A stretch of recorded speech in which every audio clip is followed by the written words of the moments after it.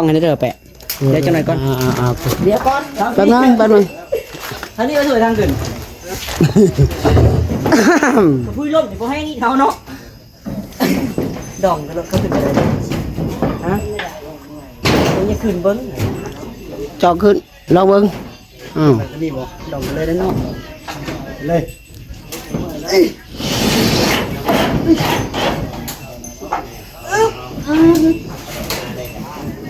กลิ้งเดี๋ยวไปเอ้ยก็มันเก่งเว้ยโถชุดยอดเห็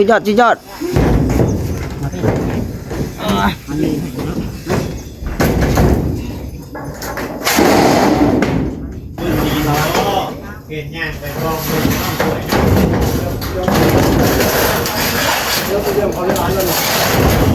ชุดโอ้ทางนั้นก็ได้เตรียมมาลงสังกะสีเนาะบ้านบ่าวโอเพิ่นพี่น้องเนาะสังกะสีอาโรซิ่งบ่เนาะโอ้ดีใจน้ำเพิ่นเนาะได้เอาบาทนี่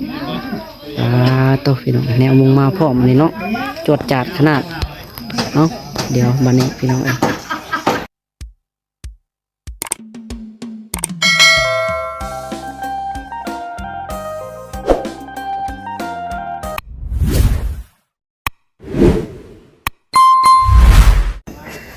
พอดีปูนเบิดพอดีพี่น้องไปเดี๋ยวขึ้นเทิงก่อนพอดีแปะประตูปูนยืนกล้องให้ได้เด้อแปะเดี๋ยวจังหน่อยก่อนเดี๋ยวก่อนแป๊บนึงท่านี้ก็สวยทางขึ้นพูดร่มเดี๋ยวพอให้นี่เขาเนาะดองก็ขึ้นไปเลยฮะมันจะขึ้นเบิ้ง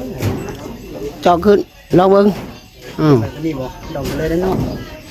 เลย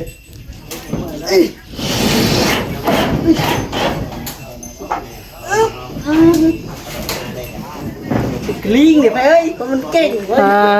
โถชุดยอดไปปีนต้นพร้าวเด้อแบบนี้ได้เบิดเอาอีไรเป็นไงเนาะมาตอนนี้ก็ทักทายสบายดีตัวมาอยู่เทิงพี่น้องเลยปาตัวมอดเทิงเลยพี่น้องบันมาสอลงถุยทองกันห่างรถมันก็ได้ถุยทอง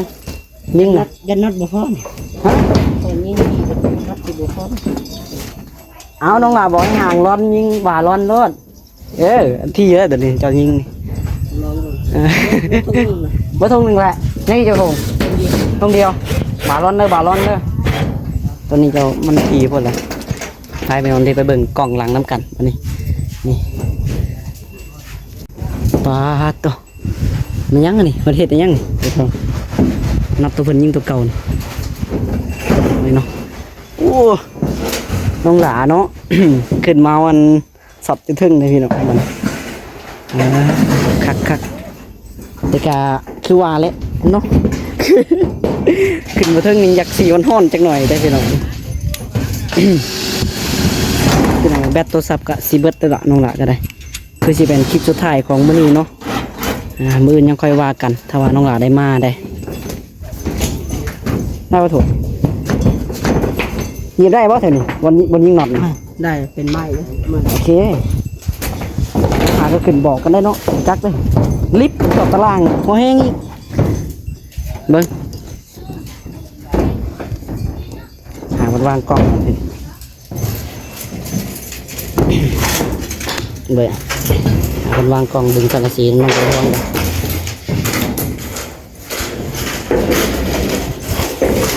ไอ้บ่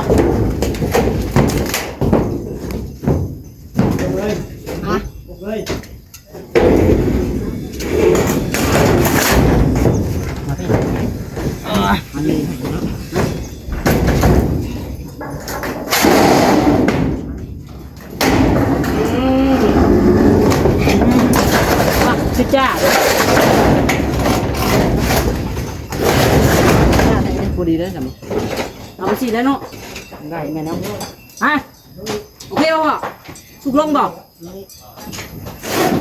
เอาป่ะลงอีกบ่โอเค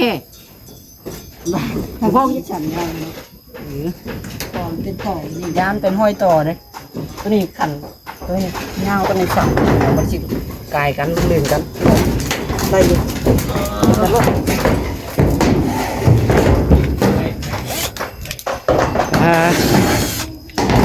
โคตรสุดเลยอ่ะอยู่เทิงนี่ แดดอะไรร้อนวินหัวละ สิไหว้บ่ติทองกุ๊บบ่มีวะกุ๊บบ่ได้มาซ้ำคือบ่กวบด่าเลยพวกโคแล้วเสือนะคือปิดอันนี้ฮ้อนเลยแก้ไหมมันฮ้อนพี่น้องจังบรรยากาศพี่น้องฟูมีเดือนหลังงามๆนี่เนาะกว่าจะได้คลิปนี้กันพี่น้องไงป้าก่อยชีพบเจ้าป้าเจ้าบ่ตัวทองนี่ ย่านโทรศัพท์น้องลาพี่น้อง ไปลุยเบิกกันบ้านน้ำกันทนโทรศัพท์ก็ต้องทนน้ำเลยเนาะเอาบรรยากาศให้เทิงน้ำกัน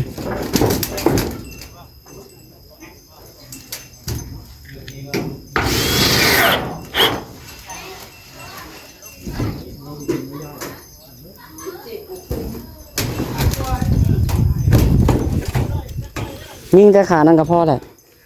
ตัวนี้บ่ยิงกระยาตัวนี้มันอยู่ไรมันคุงน็อตเลย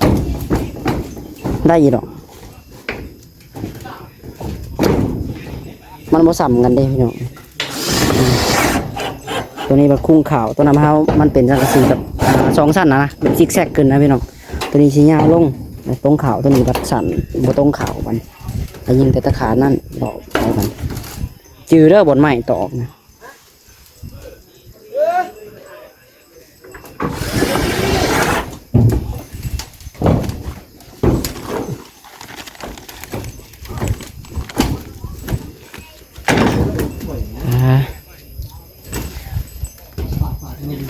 ตอนนี้ก็เป็นเวลา3 โมงพี่น้อง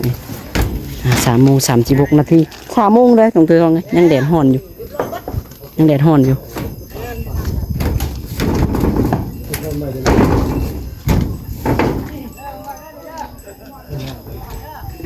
โคตรฮ้อน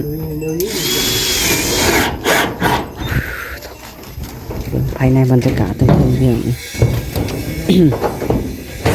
เอ้ยเพิ่นยิงซิลิโคนอันนี้ยิงซิลิโคนแต่เบิ่งเนาะสอดจับพี่น้องเพิ่นยิงซิลิโคนหมดเลยยันหัวอยู่ดอกเบิ่ง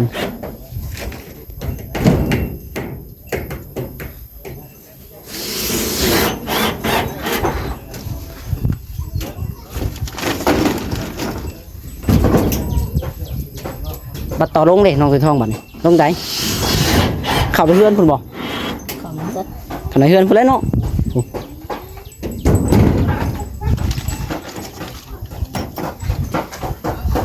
มาเลยพ่อ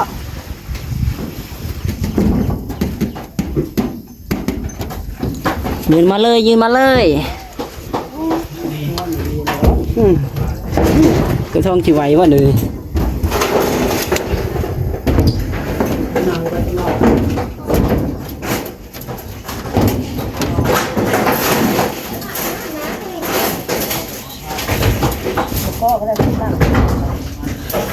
อันนี้ก็อยู่คนละขาตัวเรา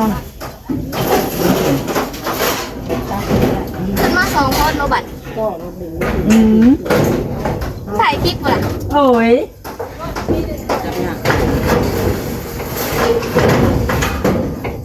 โอ้ยแม่นอยู่บ่มือสีเนาะเกณฑ์ย่างไปกองเลยต้องสวยเรื่องเขาได้ร้านแล้วเนาะสุดเรื่องเขาร้านละเรื่องเขามาได้ก่อนฮะเตะ2 วันวันบ่2แล้วได้ถึงโชว์2แล้ว เว้ยนี่เดี๋ยวไปชมคุมงานแต่ชุมน้อยเป็นทีมหัวเด้อน้อง ก็ เด้อ การก็ได้เท่าเลยหน้าเมียเขายังเนาะ ว้ายหาเรื่องกันแล้วว่ะตายหาเรื่องสิเดียวแล้ว นี่โอ้ย เอาดิเด้อนี่ไปนี่สิเด้อเลยไป ว่างเด้อ ยังเหลือดอกหนึ่งบาทนี้เอาเป็นดอกหนึ่งมาเต็มกันนะอ๋อเดือดตาได้ไงตาก็น่าเกือบแม่นใช้ตาขัด ดูคนเฉพาะ เดือดแห้งเลยดิไม่ได้ เฮ้ยไม่เดี๋ยว300 3เลยป่ะพ่อโอเคกดก่อนถ้วยอ่ะดึงเข้ามาอีก1 2 3แล้วฮะเดี๋ยวพอดึงเหลี่ยมเข้ามาติร้อนแข็งอะไรปุ๊กร้อนเหลือบไหมบอกปุ๊กวันหนานะปุ๊กตัวนั้นแผ่นนั้นนี่ละสักยิงไป2 นัดก็พอละ2 นัด2 นัด เครื่องก็ขึ้นได้ป่ะ ฮะ เอาขึ้นได้แฟนน่ะ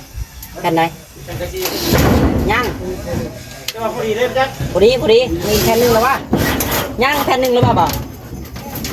ย่างจะแผ่น ไม่เป็นเดียวได้หรอก พอดีกันย่างแผ่นเดียวช่องแผ่น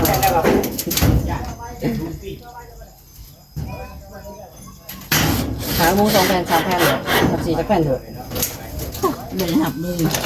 จับหมูแล้วเมาแดดแต่บ่เจือ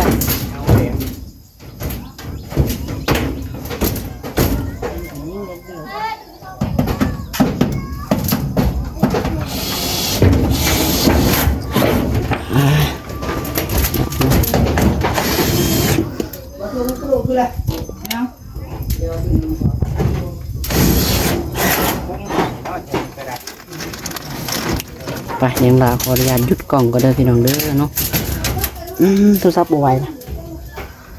เดี๋ยวมันลงขายอยู่มุมตารางเนาะเดี๋ยวลงลาขอซอยน้องตัวทองให้มันแล้วก่อนพี่น้องเอ้ย ขึ้นไปเลยพ่อ ยืนแล้วบ่มาจ้ะดูยุดแก่ซะฮะ วางแล้วก็ขีดเลย เอาลังสีขีดแล้วก็ตัดเลย แม่นแล้วมาจังซีแทกเอาเลยจังซีแทกเอาเลย มาซะ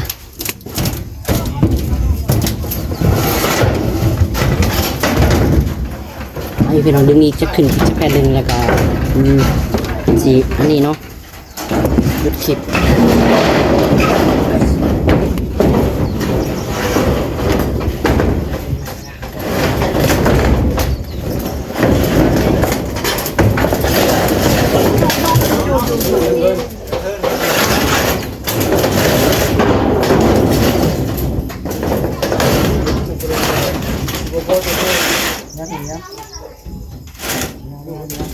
ไม่ได้พอต้องพอเบิ้งดูพอติดมาด้วยหืม ใส่ตุ๊กใส่ตุ๊กบอล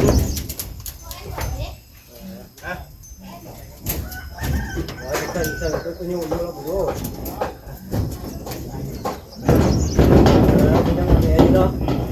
พอดีเล็บจักก่อนพอดีเลยเนี่ย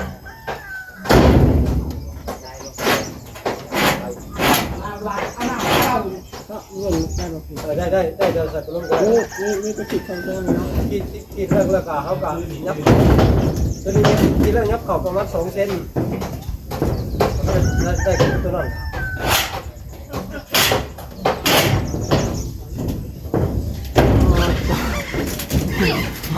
ไหวอยู่ว่าจานไหวอยู่ว่าจานแล้วนี่นะ เลือกออกก็ได้ทันทีเลยเลือกอะไรใส่ไว้ก็ได้ยาวก็ถนัด มันเด็ด ไปจะพี่น้องเดียวมันนี่เดี๋ยวเราขอนี่ก่อนขอตัวหยุดกล้องกับพี่น้องบ่ไหวละโทรศัพท์ก็สิบ่ไหวนะฮอนมาลงแล้วเดี๋ยวยังถ่ายต่อเนาะอ้าวพี่น้องเรียบร้อยเนาะบัดนี้หาจะลงมาพี่น้องนี่เตรียมน้องหลากะเตรียมสิเมื่อแล้วได้พี่น้องเนาะคำแล้วนี่ก็ได้แบตโทรศัพท์ก็เบิดแหละแบตยังหา%มือเดียวคือสไตล์เดียวว่านี่ กินหมูพวกนี้ มันยังใครไปสอนมุกหรือพวกโอ้กินโลดเจ้าเอาไปอยากเอาเมื่อกินน้ำน่องทันว่าผู้ บ่เคยกินอาหารซ้ำมันแม่พ่อ เตรียมสิเทพี่หน่อยนอกบ้านนี่ จักสอบพอปูนนี่2บ่อ๋อโอ้ถือมันหนาพอสมควรเยอะได้หรอ2 สอบสิบ่สูบบ่พ่อน้ำสูบมาได้เนาะ เรียบร้อยแล้วพี่น้องเนาะหลังคานี่ทำประกันได้น้องไปท่องว่ะ คันหัวก็คือหัวพี่น้องเนาะ เอาบ่หนาดอกพี่น้องหัวยิ่งกะบ่มีการพลาดเลยตรงทุกร่อนนะ